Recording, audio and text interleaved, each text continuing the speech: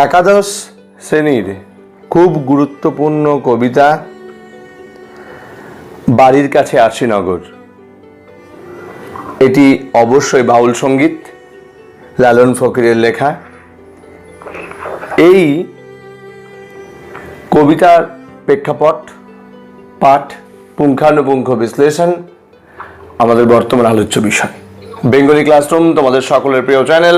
এই চ্যানেলে সকলকে স্বাগত। বাউল এই শব্দটি এসেছে বাতুল শব্দ থেকে। এই বাউল বলতে আমরা কি বুঝি? বাউল সাধনার শ্রেষ্ঠ সাধক আমাদের লালন ফকির। এই লালন ফকিরের যে একটা জীবন আছে, সেই জীবনটাকে আমাদের জানতে হবে, না হলে বাউল বা আলোচ্য বাউল গানটা আমাদের কাছে অসম্পূর্ণ থেকে যাবে। আসলে সাহিত্য সমাজকে রিপ্রেজেন্ট করে। সাহিত্য সমাজের দর্পণ। সমাজে যা ঘটে সাহিত্যে তার প্রতিফলন লক্ষ্য করা যায়। তোমরা যদি মনের মানুষ সিনেমাটা দেখে থাকো, দেখতে পাবে সেখানে লালনের জীবন সম্পর্কে অনেকটা কথাই বলা আছে। এক হিন্দু পরিবারে জন্মগ্রহণ করেন লালন। তার বসন্ত হয়। বসন্ত হওয়ার ফলে সে সময় কি হতো, সেবা যত্ন করে রোগ না সারানোর বদলে ওই ভেলায় করে ভাসিয়ে দেওয়া হতো। সমাজ বড় কথা, সমাজের পণ্ডিতরা যা বলবে সেটাই বড় কথা। মায়েরও কিছু করার থাকতো না। তারপর সেই আমি শর্টে বলি, এবার ওই ভেলায় করে ভাসিয়ে দিত, শিয়াল কুকুরে খেয়ে নিলে তো হয়েই যেত।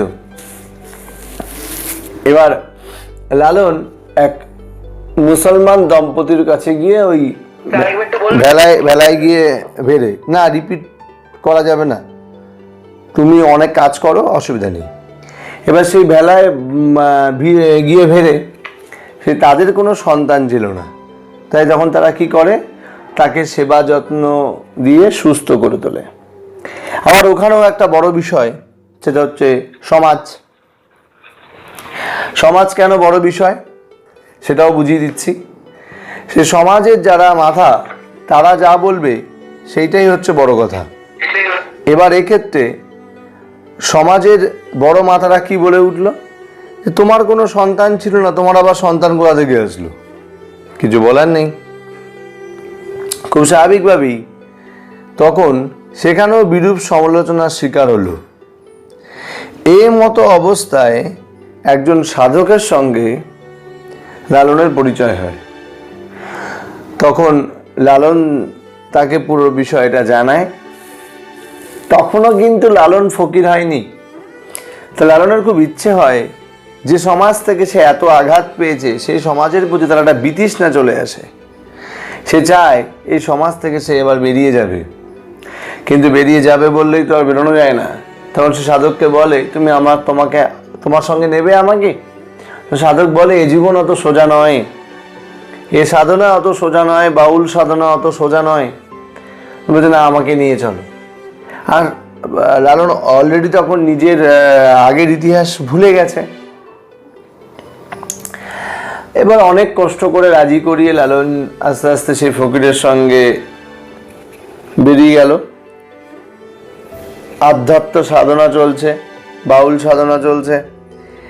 একদিন সে গান গাইতে গাইতে, বাউল গান গাইতে গাইতে লালন নিজের বাড়ির সামনে দিয়েই যাওয়ার ফলে নিজের স্ত্রীকে দেখতে পায়। বাড়ি যায়, কিন্তু এদিকে তো এরা ভেবে নিয়েছে লালন মারা গেছে। মা মেনে নিতে পারে না। সমাজ, আবার সেই সমাজের মাথাটা চলে আসে। তখন এক্সকিউজ কি, যে মানে এতদিন কোথায় ছিল তার ঠিক ঠিকানা নেই, একে কি করে মেনে নেওয়া যায়? কোন জাতে ছিল? জাত ছিল বড় কথা।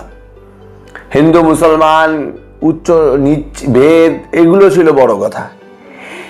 তাহলে নিজের মাকে আবার পেয়েও, নিজের স্ত্রীকে পেয়েও রাখতে পারলো না। স্ত্রীকে বললো, চলো আমরা এখান থেকে চলে যাই। স্ত্রীও রাজি হলো না। সমাজ খারাপ কথা বলবে, নিজের কোনো গুরুত্ব নেই, সমাজই সব। এই যে নিজের ব্যক্তিগত জীবন লালন ফকিরের, সেটা কিন্তু বাংময় হয়ে উঠল, রূপলাভ করলো তার বাউল গানে। তাই লালন ফকিরের লেখা বাউল গানগুলি, সেখানে কোনো জাতি ভেদ প্রথা নেই। হিন্দু ধর্মের মধ্যে দেখো উচ্চ নিচ ভেদ, হিন্দু ধর্ম মুসলমান ধর্মের মধ্যে বিদ্বেষ, এগুলো কোথাও কিছু পাবে না বাউল গানে। তাই মানবতার কথা বলা, কোনো জাতি ভেদ প্রথা এখানে নেই। সহজিয়া বাউল সাধক, এরা সহজ সাধনা করে। মানে বাউল সাধকরা কি করে, এরা কি বিশ্বাস করে? এরা বিশ্বাস করে যা আছে বিশ্ব ব্রহ্মাণ্ডে তাই আছে আমার এই দেহভাণ্ডে। আমার দেহভাণ্ডেই সব আছে। দেহ সাধনায় তাদের কাছে ঈশ্বরের সাধনা। তারা মনের মানুষের সন্ধান করে। বোঝা গেল? এই মনের মানুষের সন্ধান তাদের চলতেই লাগে। তাই তারা কিন্তু বিষয় সম্পদে আসক্ত হয় না। দেখবে তোমরা সারেগামাপা অনুষ্ঠানে পার্বতী দাস বাউল এসেছিলেন, কালিকা প্রসাদ বাবু বলছিলেন যে কথিত আছে গ্রামগঞ্জে পার্বতী দাস বাউলের গানে ঈশ্বর দর্শন হয়, অর্থাৎ ঈশ্বর অনুভূতি হয়। এই যে বিষয়, বাউল গানের মধ্যে কি রয়েছে, কোন মানবতার কথা রয়েছে, যে কারণে বিদেশ থেকে প্রচুর মানুষ প্রতিনিয়ত এসে বাউল গান শিখছে। তোমরা নবনব সৃষ্টি পড়েছিলে ক্লাস 9-এ, সেখানেও দেখবে পরিষ্কার বলা আছে এই শ্রীকৃষ্ণ, রাধা, বাউল এগুলো কিন্তু বাঙালির নিজস্ব সৃষ্টি, এখানে কোনো বিদেশি প্রভাব নেই।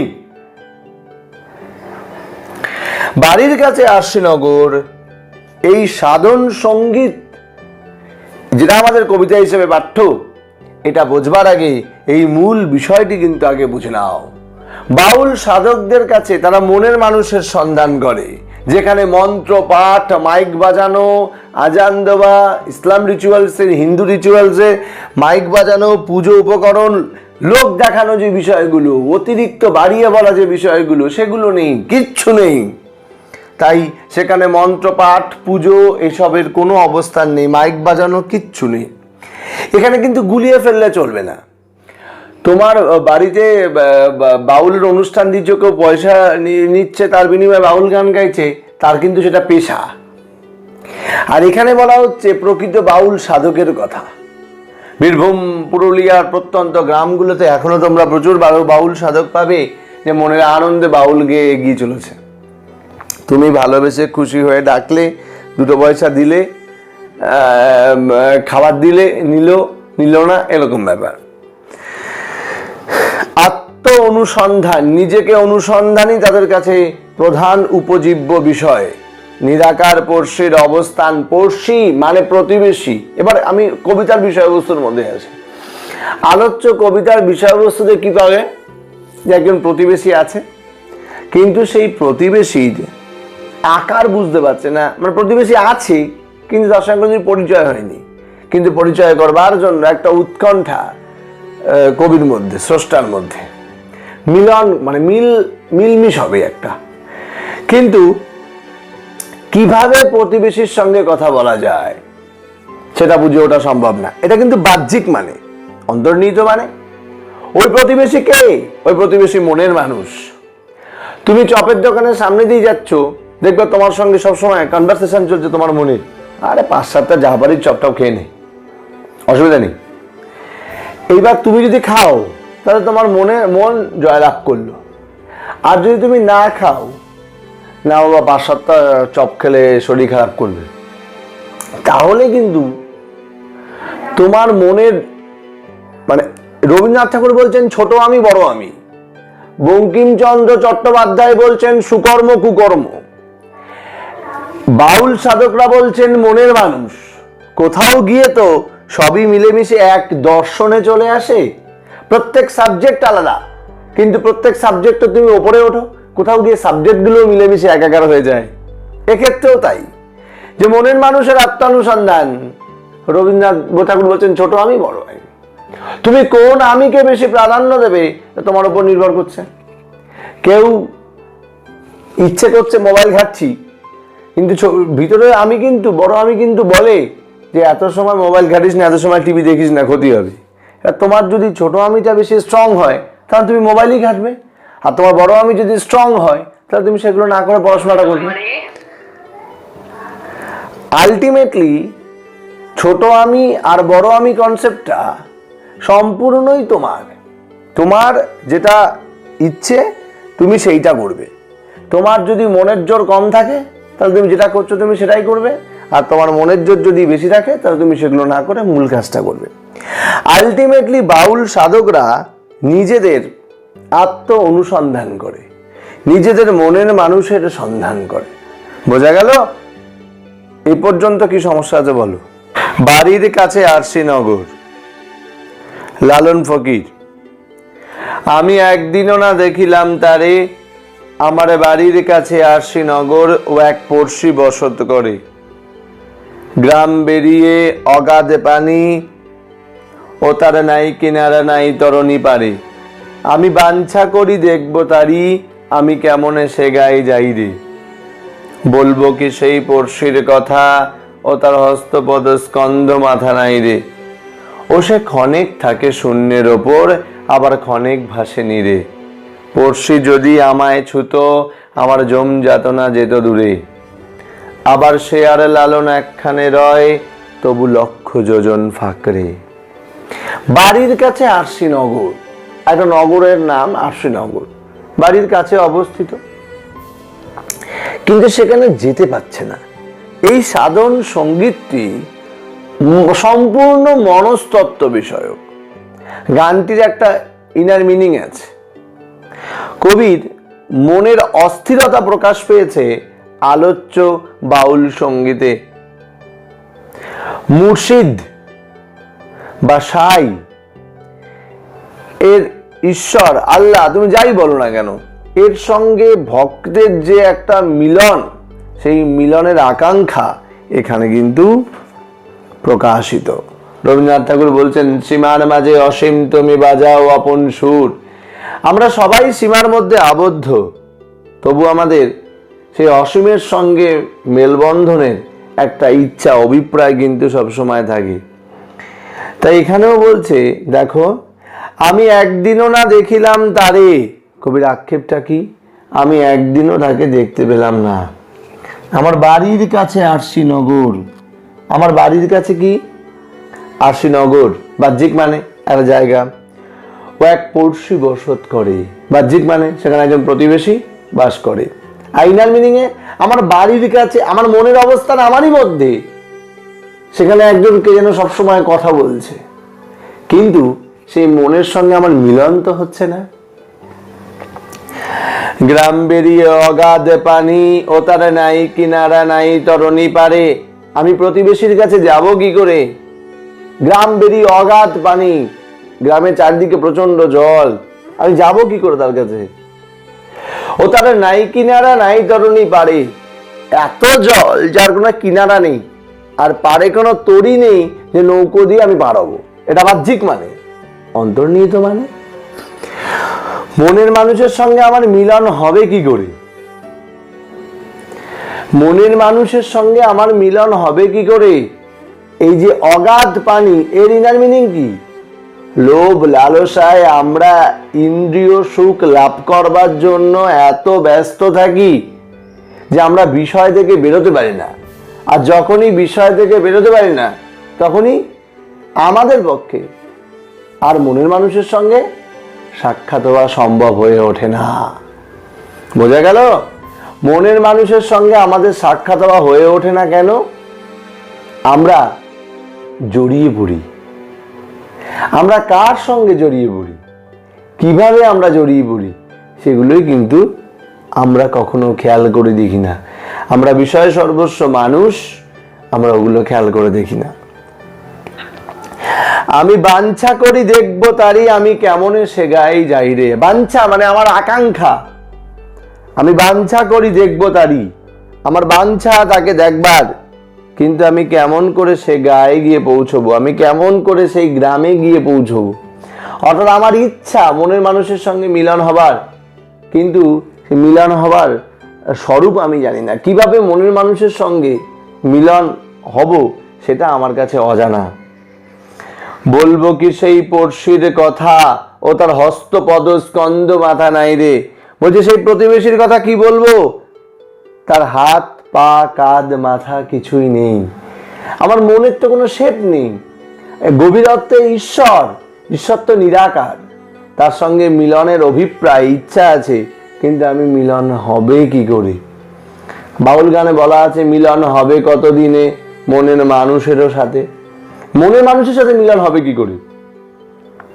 তাই বলছে তা হস্তপদ স্কন্দ মাথা কিছুই নেই, ঈশ্বর তো নিরাকার। ও সে ক্ষণেক থাকে শূন্যের ওপর আবার ক্ষণেক ভাসে নীরে।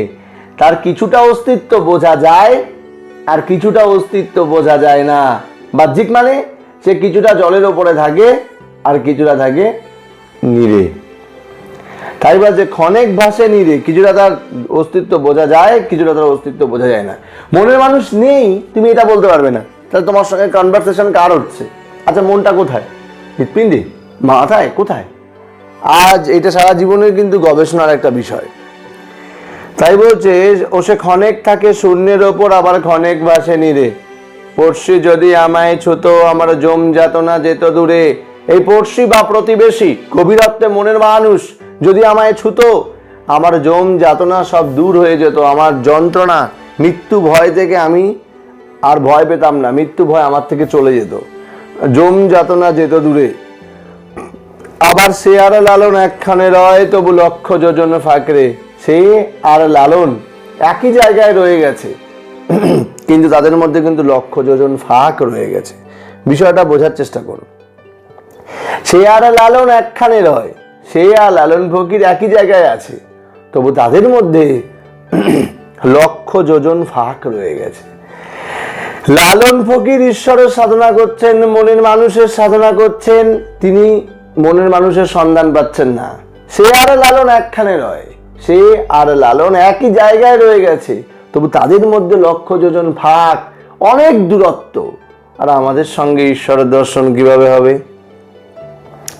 লালন ভালোভাবেই জানেন তার সেই আকাঙ্ক্ষিত মানুষ হস্তপদ স্কন্দ মাথা কিছু নেই, তিনি সম্পূর্ণ নিরাকার, কিন্তু তার সঙ্গে মিলনের একটা ইচ্ছা অভিপ্রায় লালনের।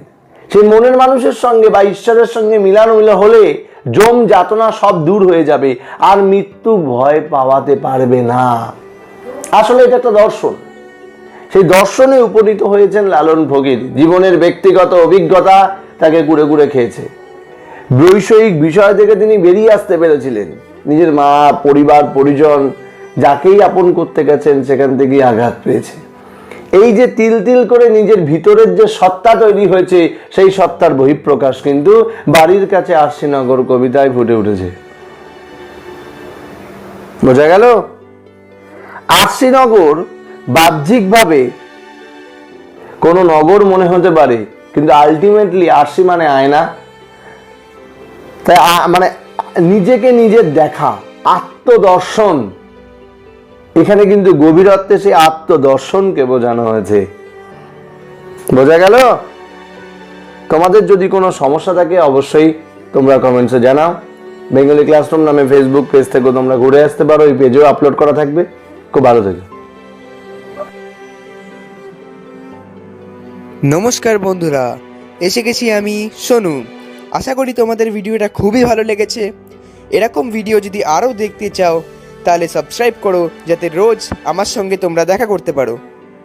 আর হ্যাঁ, লাইক করতে কিন্তু ভুলো না, আর অবশ্যই নিজের বন্ধুদের সঙ্গে শেয়ার করো।